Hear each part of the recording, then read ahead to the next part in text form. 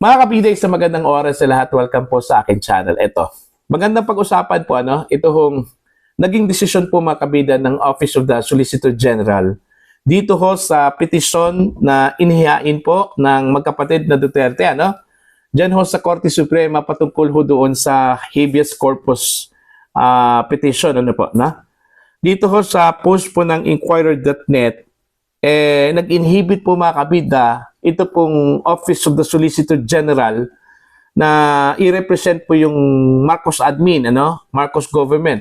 Dito ho sa pagkaka-aresto po mga kabida kay dating Pangulong Rodrigo Duterte, Babasahin ko lang po yung kanilang headline, Ito po, OSG inhibits from defending Marcos government position on Duterte arrests. Ayan. So, malinaw po dito sa kanilang balita po mga kabida, ayaw po na i-represent po ng OSG ito pong mga government agencies, Like for example, yung police, kasi sila yung umaresto sa dating Pangulo, Department of Justice, okay? Dahil ho, ang kanila pong argument po dito mga kabida, Considering the OSG's firm position that the ICC International Criminal Court barred from exercising jurisdiction over the Philippines and that the country's investigative, prosecutorial, and judicial system is functioning as it should, the OSJ may not be able to effectively represent respondents in the cases and is constrained to recuse itself from participating therein. The OSG, led by Solicitor General Minato Guevara, said in its manifestation submitted before the Supreme Court Monday afternoon. Malinaw po sa kanila pong posisyon, na ayaw po nilang makipag-cooperate po dito, ayaw po nilang sumagot dahil hindi po sila, ayaw po nilang mag-represent mga kabida sa posisyon po ng Marcos admin kasi malinaw na hanggang ngayon hindi ho kinikilala po daw ng Marcos administration ito pong jurisdiction po ng International Criminal Court. Natatawa na po ako kasi dito mga kabida Kasi palagi ho nilang sinasabi na wala hong jurisdiction ang Marcos admin, pero nangyari po yung pag-aresto po sa dating Pangulo within the territory of the Philippines, di ba? Nangyari po, at saka ang masaklap lang po dito, nanguna po dito mga kabida is yung mga kapulisan po natin, Di ba?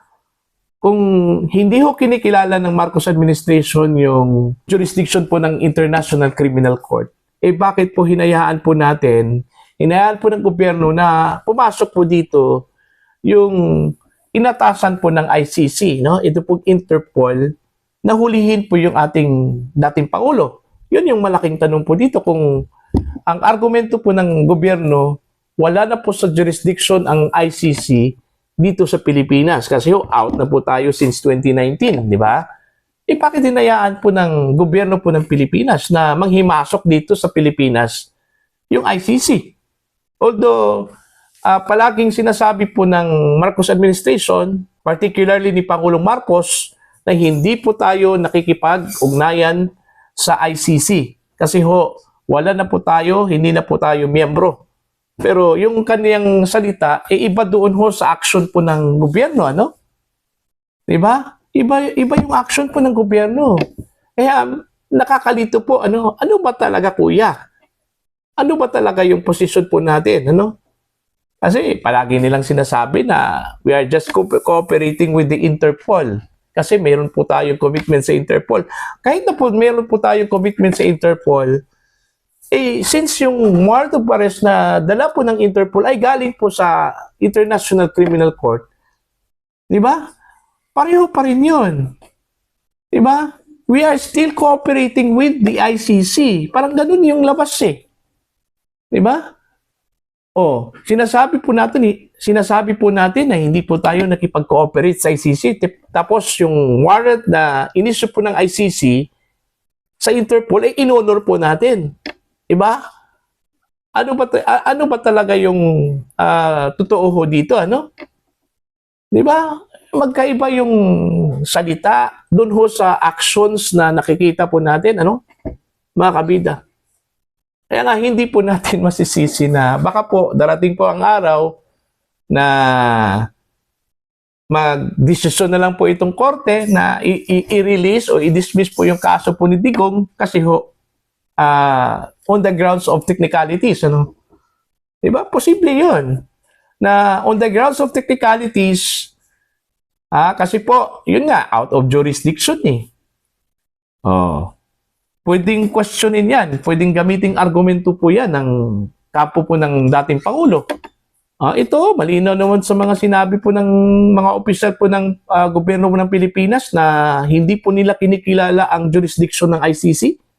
Bakit hinuli yung aking kliyente? Yun yung posibleng gawing argument po ng abogado po, ano? Ng dating Pangulo dun ho sa International Criminal Court. Diba? Remember po mga kabida, ito pong ICC po ay may mga instances na po, ano? Na sila po ay nag-dismiss po ng mga kaso dyan by virtue of technicalities, ano? Okay? Dahil ho, unang-una, hindi nga nakaabot dun sa trial proper kasi dun pa lang sa pre-trial. Hindi na po inadmit yung kaso, ano? Hindi na po kinonfirm yung charges because of lack of jurisdiction, yung insufficient evidence, ano po, no? Diba? Tsaka yung on the grounds of technicalities. So, yun lang po yun, ano? So, kung mabasura man ito sa ICC, hindi ho kasalanan po ng mga Duterte, ano? Kasalanan din ito ng administrasyon. Kasi unang-una po, yun nga hinuli ang dating Pangulo sa teritoryo po ng Pilipinas.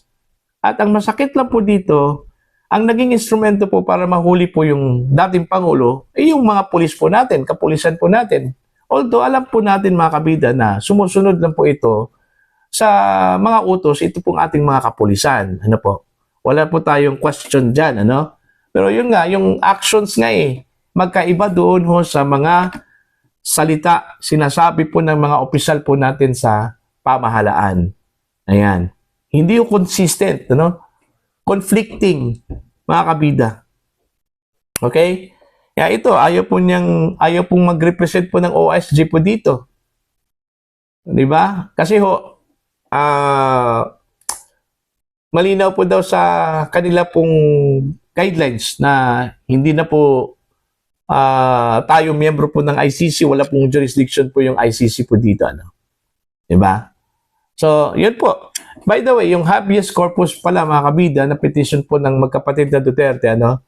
Ang gusto po lang po nila dito is gusto lang po nilang linawin yung lawful arrest. Kung meron po bang unlawful arrest doon po sa nangyari po sa kanilang ama, no?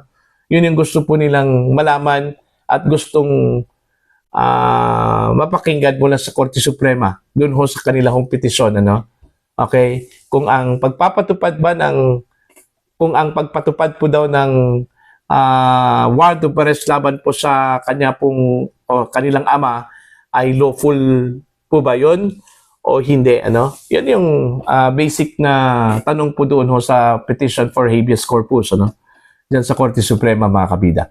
So yan lang po, no? Para po sa inyong comment and for your suggestion and opinion, you can comment down. Sa mga hindi pa po subscribers, mga kabida sa akin channel, please subscribe. Just click the subscribe button, click the notification bell, click all para updated po kayo sa aking mga uploads. Maraming salamat po sa inyong lahat. God bless po.